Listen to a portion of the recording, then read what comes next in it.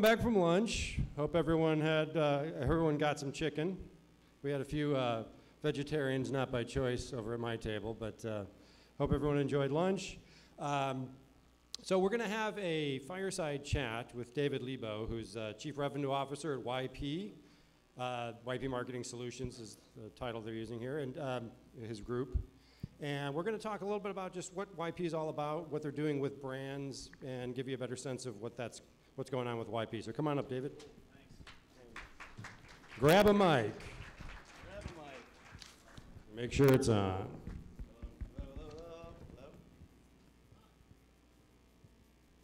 Hello. That works better. All right. I used to be in radio too, so. Okay. We could start out with a medley of show tunes, or we could get right into the questions. I'm betting the latter is a good Okay, idea. probably agreement across the board. Okay, so a couple observations about YP. One is that, just to get a little bit into your background, is that even though the heritage of the company is, print yellow pages going back, the leadership really is people who come from other industries now. So why don't you talk a little bit about your background? Sure, absolutely. Yeah, all of the leadership really has some form of local or technology background. So we're not a Yellow Pages company, we grew up that way, and so we've evolved into having a leadership team that has lots of experience calling on local businesses, calling on national brands that want to reach local audiences, or having technology expertise. So I was in the radio business for a long time, from single radio station to building a company called AM/FM that we sold to Clear Channel. Have had experience at AOL overseeing all of their local properties, from MapQuest to City Guides at the time it was called, and all that. And so I remember that. Lots of local, the industry has continued to organize around local, the local consumer, the local customer. That's really where the value, and that's where the highest value dollar is. So yeah, I've spent my whole career doing that. Were you on the air at any point? I was so bad on the air, it was not funny. With a Long Island accent, you can't work anywhere other than Long Island, so I had no choice but to get into sales. Okay. We find different paths to places. So, okay, so you're in charge of revenue at YP, so does that means the entire sales organization reports into you, both national and local, correct? Yes. Okay. But the focus here is brand, so let's talk a little bit about that. So, so again, back to the heritage of YP, which was sort of, the yellow business. There's a certain set of brands that you historically work with, which are, the Roto-Rooters of the world, just as an example. How has that evolved, and how are you working with the types of brands you're working with, and then how has the proposition you have to go to market with changed as a result? Sure.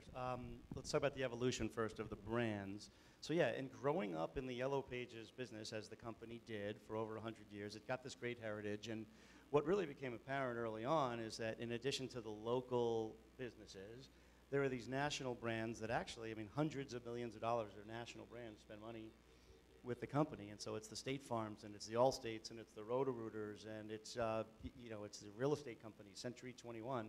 Many of them have a really long history with us because they really are local businesses with a national brand. And so that's actually been really one of the tentpoles of our customer strategy. And then what we find on the consumer side is, in order to be relevant, if someone's looking for an insurance agent and they don't see State Farm, Geico, Allstate, then your consumer brand isn't going to be relevant. So it's been a really important part of our evolution.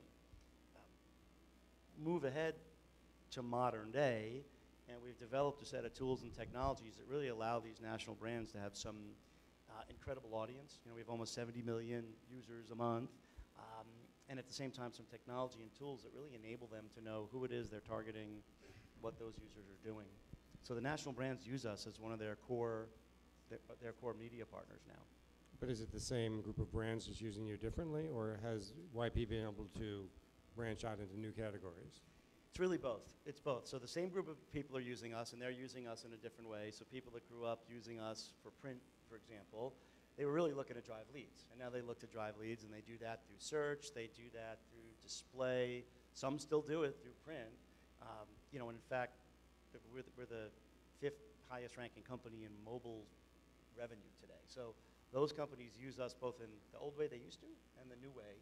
But then companies have come along later. It's the Home Depots of the world and the CVSs of the world who, while they are national brands, they're really looking to reach local consumers at the point of interest, at the point of interaction.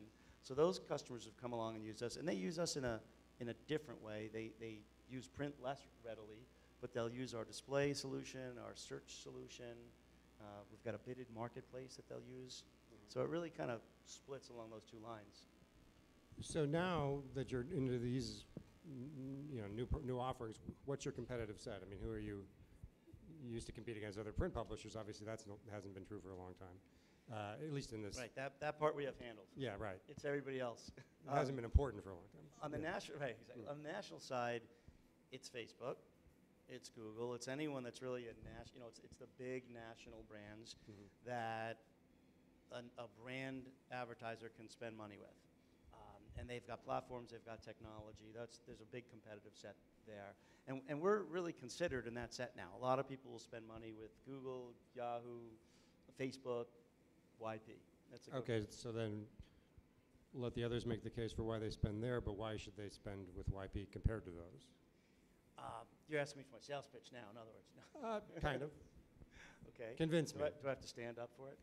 A couple things happen. First of all, unlike most people that resell other people's inventory, we've got this huge user base. We have almost 70 million users a week, and a month, pardon me, and they are 20% more likely to buy. They're lower in the purchase funnel. So these are like high likely to buy consumers. People don't go to YP to generally find out what's going on the way they might go to the Yahoo homepage, which is a different experience. People come to us because they're looking for that transaction. So our users are 20% more likely to buy, and it results in great cost per lead, great targeting. It results in getting people the customers they want. Brands get the customers they want without the brands they don't want. And then our technology and tools have advanced tremendously. So our targeting, our mobile technology, our cross-device technology has gotten to a point where brands look at it and say, these guys can help me at every point along the way with that consumer. Okay. One trend we talk about it a lot is sort of, what's happening with search or what sort of comes after search. Is search still the predominant means by which people find information, et cetera? How does YP sort of deal with that trend? It's a good question. It's funny. We have our history is like the furthest down in the purchase funnel that you could be, which is like you see a bug, you need an exterminator, you go get the phone book.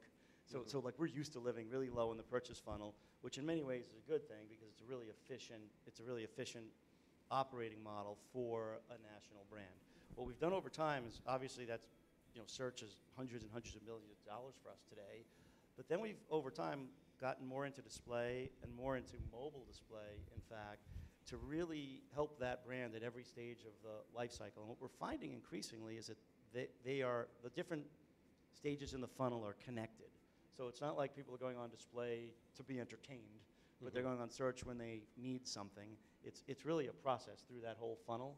And so many of our national brands use us for display, to create awareness, and then search as they get lower into the funnel. Now, and then seasonally is really where it'll take off. A lot of people will do a base search campaign, but then seasonally they will pulse with display offerings. And we see that in a lot of our national brands' behavior, like real estate companies, for example. They will not use display 12 months a year with us, but they'll use it in times a year when there's a lot of buying and selling.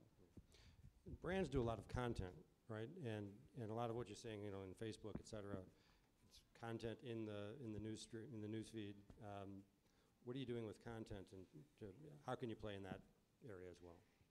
It's so important. I mean, you're absolutely right. Content is of tremendous importance.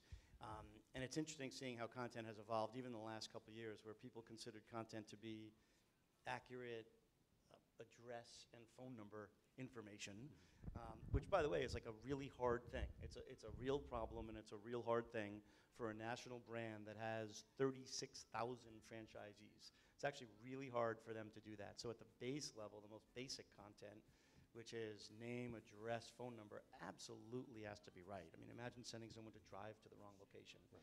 But further up the chain, there's a lot of content that is, video content. We're getting into, there are various video offerings on the websites that we make for customers now, for example, that are syndicatable content offerings that get picked up by other search engines and therefore are a really important piece of our platform. So our platform, our technology platform, continues to evolve to allow for everything from video on websites, to a really important thing, multi-location content, which is that still is like a hard problem to solve, hard technology problem to solve, and we're making a lot of progress on it. Dig into that a little more. When you say multi-location content, are you talking about content for each that's unique to each location, and how do you, or are you talking about just the basic accuracy of that information? Well, the accuracy of it is a big issue, Right. right? And that's something that, there are other companies like Yext that have made progress on tackling, and in fact, that's a legitimately hard thing for, I think State Farm has like 12,000 agents. And so how do they get the very basics right, which is location, hours of operation, phone number, you name it. But now they're more and more, as they're looking to build relationships, more and more it's about the photo, it's about if it's a location, it's really about like the safety of that location. So the photo, the video, those become really important in a multi-location product beyond getting the phone number right, which is sort of table stakes. Like, you have to do that. That's not what gets people excited. That's just Not what gets you're people expected to excited. do, right? But when they see the real estate agent, and the real estate agent markets themselves in the proper way, using everything from photo to other people's comments and content about the experience that they had with that real estate agent, that gets into like the ratings, reviews aspect of content and content distribution that's so important. We also know that the more our platform enables that content ingestion, the more it'll get picked up by other search engines, and those customers that do that with us will benefit when people search on Google, on Yahoo, on Bing. So how much of this content generation you're talking about is through a platform, automated, versus hands-on service? It's both. Yeah. It's both, and we have a long way to go on multi-location. I mean, and it's really, the interesting thing about multi-location is, for national brands, it's tremendously important. And whether that's Dunkin' Donuts and whether that's Century 21, you name it, we've got thousands of locations. But it's also important in local. It's really where local and national are converging, because there are a lot of regional brands. There are a lot of 10-location. We were talking to one the other day. It was a 15-location garage door company in Atlanta, Georgia. So those 15 locations, like, you got to have the phone numbers right, you have to have the hours right, you have to have the proximity to the customer right, and you only can do that manually for a couple locations. After a while, you need a real technology platform to be able to ingest that content and distribute the content. So a lot of what I'm hearing and what I understand about what's going on with YP and other more progressive companies coming from the yellow heritage is that, it used to be a completely sales-driven business. That was where most of the headcount is. That's where most of the cost is. That has to be changing dramatically in terms of how you're servicing customers. It has to be much more of a service and fulfillment business than it is just a selling and, talk about how your organization changes. The organization the change has been phenomenal. First of all, there are 2,750 salespeople working at YP right now. So sales is a big driver of the relationship, and that's one spoke. We'll spend a minute on that. But the other is really technology is an increasing part of the equation of what makes the company go. We need to be able to offer technology empowerment to customers so that they can be in front of the consumer in real time. And the third is audience, which is we have to get people in front of audience. And that's why, this unique thing about us, and probably the reason that we're more than still standing, but we're a leader in marketing solutions now, is because we have an audience and we have a brand, and that's important. Well, if you look around among the peer set, again, if you still stick with the heritage business, the peer set that's doing well has built an audience, and the ones that struggle are more in the reseller game. I think that's absolutely, yeah. I mean, the reseller business is a tough business to be in from a margin level, in addition to a uniqueness in terms of talking to a brand and talking to an advertiser and having something to say that no one else has to say. So when you have that combination of the salespeople who really bring insights and knowledge and education, as well as technology, as well as audience, that's really where the differentiation starts to happen. And at the salesperson level, I mean, Tim Murphy and I were talking about this a little bit. With 2,750 salespeople, the key isn't having that many. The key is that they actually are good at what they do, and they can offer these insights to the customers. Well, I would argue that it used to be, 5 years ago, the point you would lead with is we have 2,750 salespeople. Now that's not necessarily an advantage in and of itself. I would argue, because of cost of sales and because of other issues. Right. No. You know what? It's very different. I mean, the scalability, as we all know, scale, the definition of scale changes in our business over time. So it used to be having a lot of anything. Now it's having leverage where whatever you have a lot of, whether it's salespeople or audience, actually can be leveraged into a disproportionately high benefit. So what we've had to do with our salespeople is really reinvent the entire notion of salespeople from selling products, taking orders back. I missed the taking orders era, okay? I was not there for it. It was great. I bet it was. I bet it was. My boss tells me a story about someone that used to set up a table and take orders on Thursdays. Which begs like two questions. One, how easy was it? And two, what was Monday and Wednesday? What they do, they also had like a scratch golfer or something. I don't know. But today, with so many resellers and so much advertiser and brand confusion in the market, trust is really the commodity. So it's not having the salespeople, it's salespeople that are trusted and that truly bring insights and make something that's gotten a lot harder easy for the brand or the advertiser. And so that's really what we've had to evolve the sales staff to. And that's I think we're doing pretty well there. I'll never give us an A grade ever in that, but it's really important because if a salesperson can help a brand or a marketer understand what to do and make it easy and be credible, then that's better than reselling other people's products. Right. But what's the path forward for a sales organization like that? Is it staying the same size but just amplifying the productivity of that sales force, or is it much more of a movement towards more automation, inbound, and then segmentation by high touch versus more long tail, that kind of thing? It's really the latter. I mean, the notion of, by the way, of the 2,750 reps, like 2,000 of them are premise reps, face-to-face salespeople. 750 of them are telesales reps, and our national salespeople, our national brand salespeople are within the 2,000 premise reps.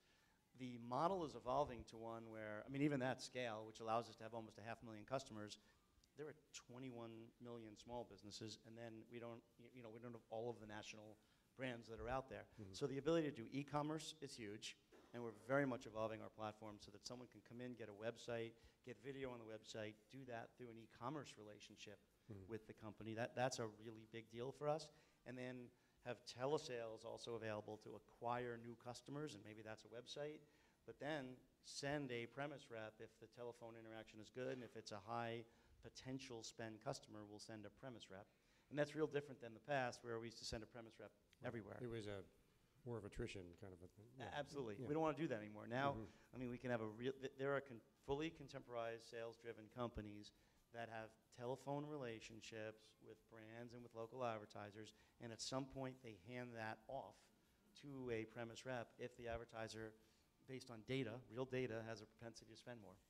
And that's true with national brands as well as local. So the approach is the same across the board from brands down to the local level. I mean, how back up a little bit, because the history of, again, the legacy business is that you address brands through an agency channel, which called CMRs. Those some of you may be familiar with as certified marketing representatives, I think. And that channel, it still exists, and you obviously still work with it. But talk about how you're obviously working directly with brands quite a bit more than you used to. Yeah, absolutely. Yeah, and that's going to continue apace. So how is that historical relationship with the national channel going to change?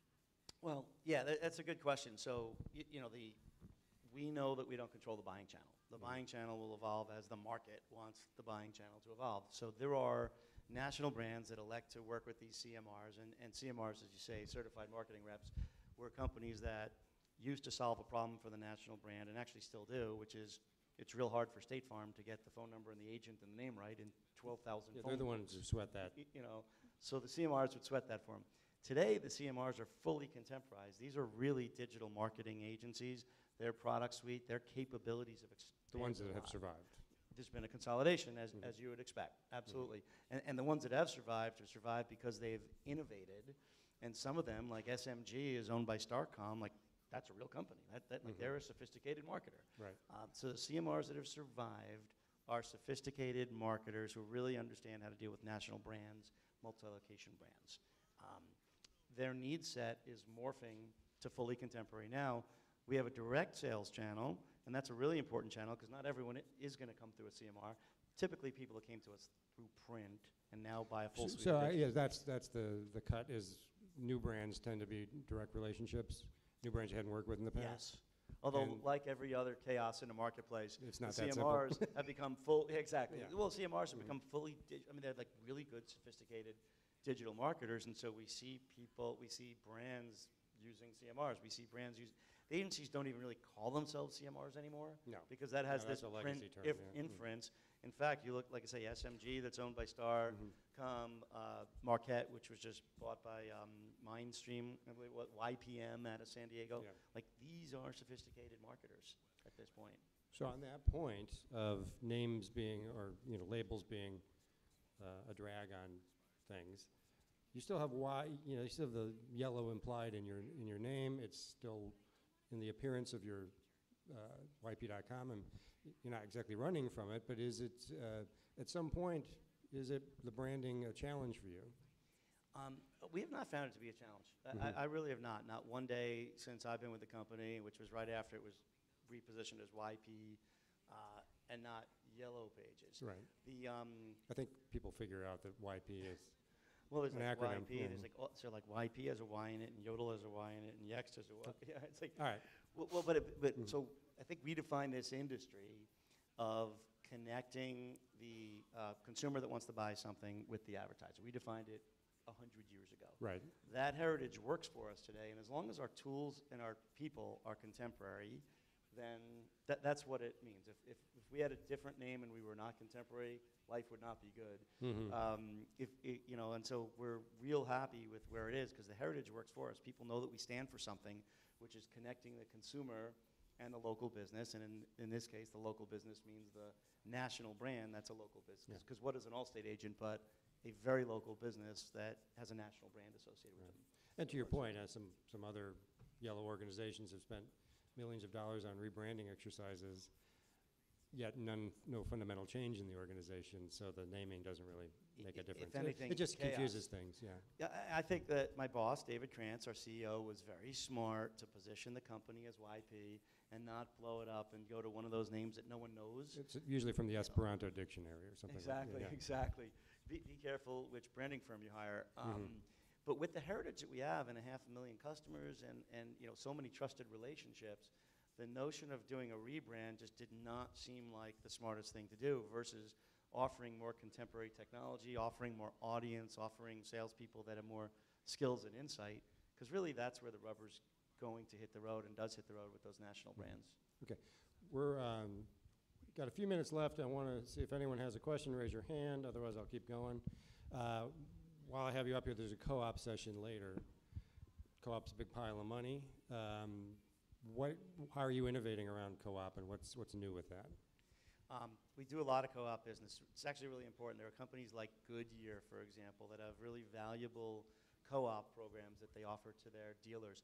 We're going to increase our focus as we go on co-op and on franchise agent, for that matter. So we know that if we get a national salesperson to develop a brand, develop a relationship, and therefore become a preferred vendor to a brand, we can then use our telesales organization to call all of the agents and all of the franchisees within there, many of whom have co-op dollars available.